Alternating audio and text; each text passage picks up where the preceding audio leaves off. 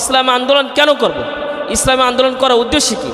ইসলামী আন্দোলন হচ্ছে অর্থাৎ আমরা ইসলামের জন্য আন্দোলন করব। আমাদের উদ্দেশ্য হচ্ছে আমরা আল্লাহর জমিনে আল্লাহর দ্বীন প্রতিষ্ঠিত করব। কি বলেন? আল্লাহর জমিনে আল্লাহর দ্বীন প্রতিষ্ঠিত করব।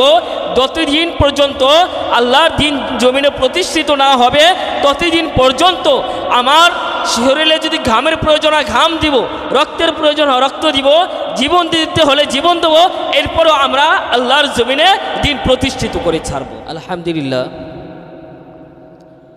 মহান রব্বুল আলামিন পবিত্র কোরআনুল কারীমের মধ্যে বলেন, ওয়া তাআওয়ানু আলাল বিররি ওয়া তাকওয়া, তোমরা পরস্পরকে সৎ কাজে সহযোগিতা করো।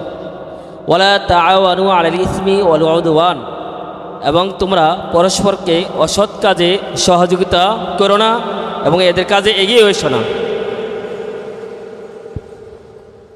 ওয়াত্তাকুল্লাহা ইন্নাল্লাহা শাদীদুল ইকাব, খবরদার যদি তোমরা অসৎ কাজে মানুষদেরকে সহযোগিতা করো, সহযোগিতা এগিয়ে আসো, তাহলে এই ক্ষেত্রে আমি আল্লাহকে ভয় করো। কী কারণ? ইন্নাল্লাহা শাদীদুল ইকাব, আল্লাহ তাআলা হচ্ছেন কঠোর শাস্তিদাতা।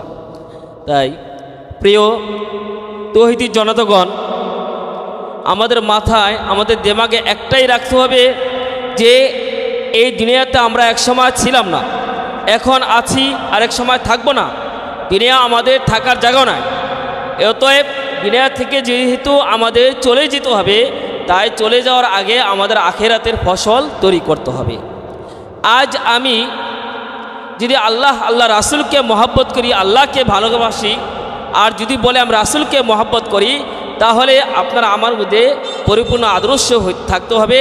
নবীজি সাল্লাল্লাহু আলাইহি ওয়াসাল্লাম এর বিধিবিধান মানতে হবে এবং আল্লাহ রব্বুল আলামিন যেভাবে আদেশ নিষেধ করেছেন সেগুলো মানতে হবে, তাহলে আমরা কামিয়াব হতে পারব। এছাড়া কখনো সম্ভব নয়। প্রিয় উপস্থিতিগণ, তাই সেজন্য আমাদের উদ্দেশ্য একটাই, আমরা ইসলামী আন্দোলন করব। ইসলামী আন্দোলন কেন করব? ইসলামী আন্দোলন করার উদ্দেশ্য কী? ইসলামী আন্দোলন হচ্ছে অর্থাৎ আমরা ইসলামের জন্য আন্দোলন করব। আমাদের উদ্দেশ্য হচ্ছে আমরা আল্লাহর জমিনে আল্লাহর দ্বীন প্রতিষ্ঠিত করব। কি বলেন?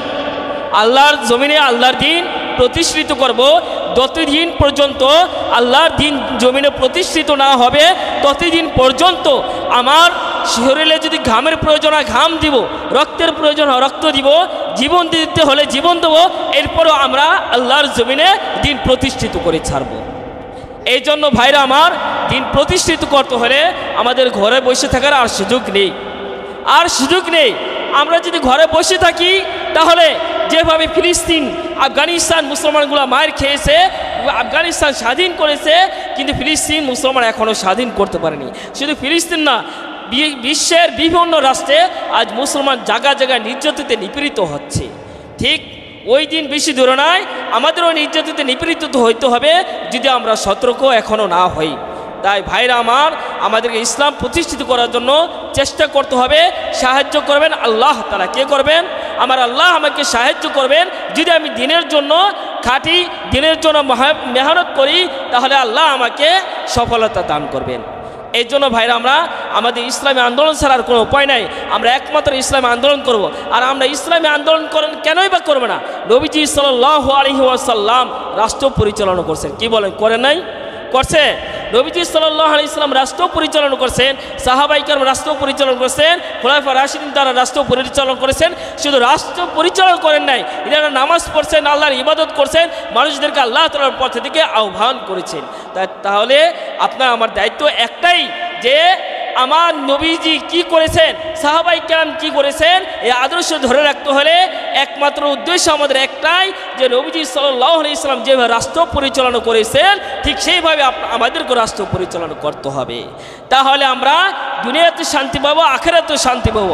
এছাড়া আজ সমাজের মধ্যে বিভিন্ন বিশৃঙ্খলার সৃষ্টি হয়েছে কেন? ইসলামের আইন কানুন না থাকার কারণে। সেজন্য আজ বাংলার মানুষ সতর্ক হয়েছে, আজ আমরা জনগণ সতর্ক হয়েছে যে প্রতিটি মানুষ এখন চায় ইসলাম প্রতিষ্ঠিত হোক। কি বলেন? আপনারা চান কি না চান না? ইসলাম প্রতিষ্ঠিত হয়।